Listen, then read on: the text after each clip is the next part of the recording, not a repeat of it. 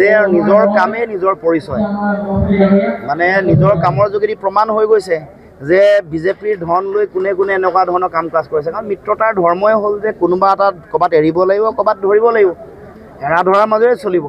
তো মিত্ৰতা নহ'লে নিবিচাৰিব লাগিব আৰু বিজেপিক উৎখাত নকৰিব লাগিব। যিসকলে এই কামটো কৰিছে তেওঁলোক বিজেপিৰ এজেণ্ট হোৱাৰ কাৰণে তেওঁলোকে মিত্ৰতাটো নিবিচাৰে আৰু তেওঁলোকে বিজেপিক চৰকাৰত অহাটো বিচাৰে। এইটো সাধাৰণ কথা, এইটো অংকৰ নিচিনা জল পট কথা। গতিকে এইটো জুমুঠি দাহ কৰা নাই, এইটো অসমৰ জনগণৰ আৱেগক দাহ কৰিছে, অসমৰ মানুহৰ স্বাভিমানক দাহ কৰিছে। এইটো অসমৰ জনগণে বিচাৰিছে মিত্ৰতা লাগে।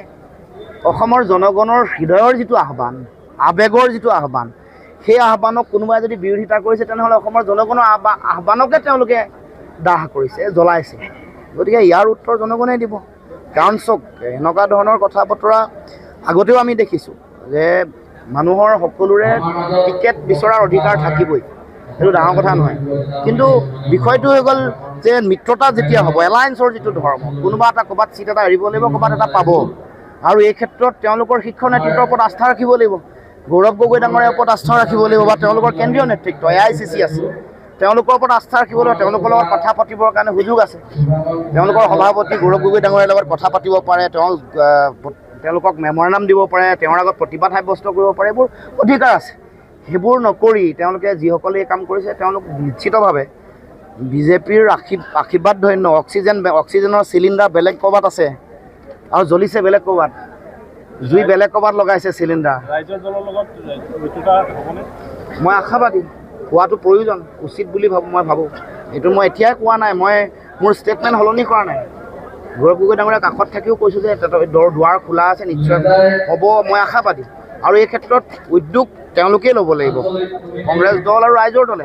মই মোৰ ফালৰ পৰা দিহা পৰামৰ্শ, সহায়, সমৰ্থন আৰু জনগণৰ যিটো আহ্বান, সেইটো মই ক'ব পাৰোঁ। মই আজিও কৈছোঁ যে প্ৰয়োজন আছে, হোৱাটো উচিত। তাৰ কাৰণে কথা পাতিব লাগে, 1 to 1 কথা পাতি যি আছে কথা বতৰা পাতি নিষ্পত্তি কৰিব লাগে। মই ভাবোঁ যে হ'ব, কাৰণ আমাৰ কাৰণে জনগণহে মেইন, অসমৰ ৰাইজহে মূল কথা। মোৰ নিজৰ ব্যক্তিগত চিন্তা, মোৰ দলীয় চিন্তা, দলৰ মানে দলৰ ভৱিষ্যতৰ কথাতকৈ অসমৰ জনগণৰ ভৱিষ্যত। কাৰণ ক্ষমতা আহিছে কাৰোবাৰ কাৰণে, ক্ষমতা গৈছে। কোনোবা মন্ত্ৰী হৈছে, কোনোবা মুখ্যমন্ত্ৰী হৈছে, মুখ্যমন্ত্ৰী হৈছে, বিধায়ক হৈছে, সাংসদ হৈছে।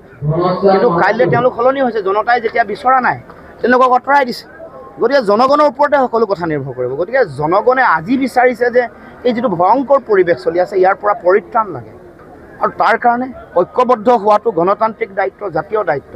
দেশৰ সংবিধান বচাবৰ কাৰণে, গণতান্ত্ৰিক ঐতিহ্য পৰম্পৰা বচাবৰ কাৰণে, ন্যায়পালিকা, দেশৰ যিটো স্বতন্ত্ৰ গণতান্ত্ৰিক যিবোৰ অনুষ্ঠান আছে, এইবোৰৰ স্বতন্ত্ৰতা, এইবোৰৰ সুৰক্ষিত ভৱিষ্যতৰ কাৰণে সকলোৱে এই যিটো দায়িত্ব, এই দায়িত্ব পালন কৰিবলৈ। দেশত য'ত য'ত এই কথাবোৰ গণ্ডগোল হৈছে, হাৰিয়ানা, দিল্লী, মধ্যপ্ৰদেশ, য'ত য'ত গণ্ডগোল হৈছে তাতেই শাসক পক্ষ লাভান্বিত হৈছে, তেওঁলোকে লাভ পাইছে আৰু ফলত বিৰোধী নিৰ্বাচনত পৰাভূত হৈছে। গতিকে সেইবোৰ কথা ইতিহাস সকলোৱে উপলব্ধি কৰক। দেশৰ বাস্তৱিক পৰিস্থিতি যিটো বাইপোলাৰ মোড অফ ইলেকশ্যন, মেৰুত বিভক্ত, এফালে শাসকীয় পক্ষ, আনফালে বিৰোধী, সেইবোৰৰ যুক্তিযুক্ততা, সেইবোৰৰ বাস্তৱিক পৰিস্থিতি অনুধাৱন কৰি প্ৰত্যেকেই মই ভাবোঁ যে নিজৰ সাংবিধানিক, গণতান্ত্ৰিক আৰু জাতীয় দায়িত্ব পালন কৰিব।